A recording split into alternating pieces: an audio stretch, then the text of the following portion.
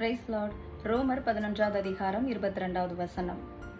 ஆகையால் தேவனுடைய தயவையும் கண்டிப்பையும் பார், விழுந்தவர்களிடத்திலே கண்டிப்பையும் உன்னிடத்திலே தயவையும் காண்பித்தார். அந்த தயவிலே நிலைத்திருப்பாயானால் உனக்கு தயவு கிடைக்கும், நிலைத்திராவிட்டால் நீயும் வெற்றுண்டு போவாய். இந்த வசனம் படிக்கும் போதே நமக்குள்ள ஒரு பயம் உண்டாகுது இல்லையா? அது மட்டும் இல்லாமல் இந்த வசனத்தில் ஆண்டவருடைய தயவையும் நம்ம பார்க்க முடியும். ஏன்னா அவர் நமக்கு பாராட்டின தயவு மிக பெரியது. ஸோ நம்ம ரொம்ப கேர்ஃபுல்லாக இருக்கணும்.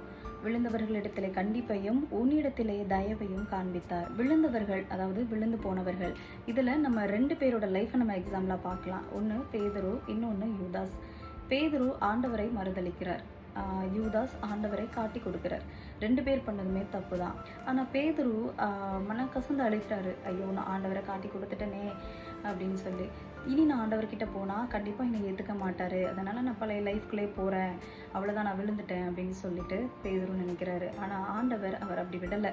திரும்ப வந்து பேதுருவோட லைஃப்பை கட்டி எழுப்புறாரு. ஆனால் யூதாஸை பார்க்குறோம் அப்படின்னா அவருமே ஃபீல் பண்ணுறாரு, நான் குற்றமில்லாத ரத்தத்தை நான் காட்டி கொடுத்துட்டேனே, இனி எனக்கு மன்னிப்பு கிடையாதுன்னு சொல்லிட்டு அவரே வந்து ஒரு டிசிஷன் எடுத்துட்டு தன்னைத்தானே மாய்த்து கொள்கிறார். ஆனால் யூதாஸ் மட்டும் திரும்ப ஆண்டவர்கிட்ட வந்து மன்னிப்பு கேட்டிருந்தார் அப்படின்னா கண்டிப்பாக ஆண்டவர் மன்னிச்சிருந்திருப்பாரு. இன்றைக்கு நம்மளுடைய வாழ்க்கை எப்படி இருக்குது? பேதுருவை போல் நம்ம தவறு செஞ்ச உடனே நம்ம ஆண்டவர்கிட்ட போய் மன்னிப்பு கேட்குறோமா, இல்லை துணிகரமாக இருக்கோமா, இல்லை விழுந்து நம்ம எழ முடியாமல் இருக்கோமா? அதாவது விழுந்துட்டேன் ஆனால் நான் எழும்ப ஆசைப்படுறேன், ஆனால் என்னால் முடியலை, அப்படி ஒரு ஆசையாவது நமக்குள்ளே இருக்கா அப்படிங்கிறத நம்மை நாமே ஆராய்ந்து பார்க்கணும். எரேமியா 8வது அதிகாரம் 4வது வசனம் சொல்லுது, விழுந்தவர்கள் எழுந்திருக்கிறதில்லையோ, வழி தப்பி போனவர்கள் திரும்புகிறதில்லையோ என்று ஆண்டவர் நம்மை பார்த்து கேட்கிறார். விழுந்தாலும் பரவாயில்ல, நான் திரும்ப ஆண்டவர்கிட்ட போகிறேன் அப்படின்னா நம்ம சேஃப் ஜோனில் இருக்கணும்னு அர்த்தம். இல்லை அப்படின்னா லூக்கா 13வது அதிகாரம் 7லிருந்து 9வது வசனம் நம்ம படித்தோம் அப்படின்னா, ஒரு எஜமான் தோட்டக்காரன் நோக்கி சொல்கிறாரு, இந்த அத்திமரம் 3 வருஷமாக இருக்குது, ஆனால் இது ஒரு கனி கூட நமக்கு கொடுக்கவே இல்லை, அதனால இதை வெட்டி போட்டுடலாம், இதனால் ஒரு பிரயோஜனமே இல்லை, இது வீணா நிலத்தை தான் கெடுக்குது அப்படின்ட்டு.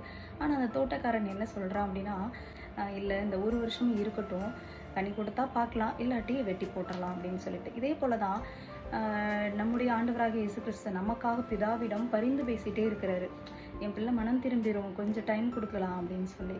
ஆனால் இன்னைக்கு நம்ம எப்படி இருக்கோம்? கிருபையை நம்ம போக்கடிக்கிறவர்களாக நம்ம இருக்கோமா? நல்ல கனி கூடாத மரம் எல்லாம் வெட்டுண்டு அக்கினியிலே போடப்படும். ஸோ இன்றைக்கு ஆண்டவர் நம்மை பார்த்து எச்சரிக்கிறார், நீ விழுந்தாலும் பரவாயில்ல, எலும்பு, நீ எழும்பிட்ட அப்படின்னா அதில் நிலைத்திரு அப்படின்னு ஆண்டவர் சொல்கிறாரு.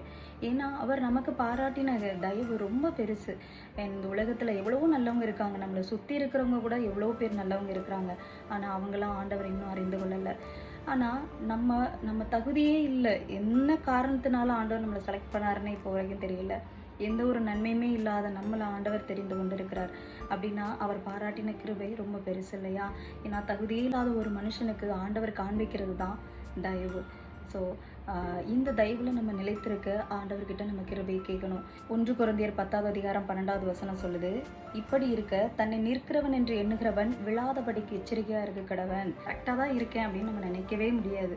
ஏன்னா நம்ம ஒவ்வொரு நாளும் அந்த கிருபையை கேட்கணும். விழுவதற்கு ஏதுவான காரியங்கள் இந்த உலகத்தில் நிறைய இருக்குது. ஸோ நம்ம ரொம்ப கேர்ஃபுல்லாக இருக்கணும். அதுக்கு வந்து ஆண்டோடைய கிருபை நமக்கு வேணும். அவருடைய கிருபை இல்லைன்னா நம்ம வந்து ஒரு அடி கூட நம்மளால் எடுத்து வைக்க முடியாது. ஸோ நம்ம அவருடைய தயவில் நம்ம நிலைத்திருக்க அவருடைய கிருபை நமக்கு டெய்லியும் நமக்கு அவசியம். கர்த்தர் தாமே உங்களை ஆசீர்வதிப்பாராக. ஆமென்.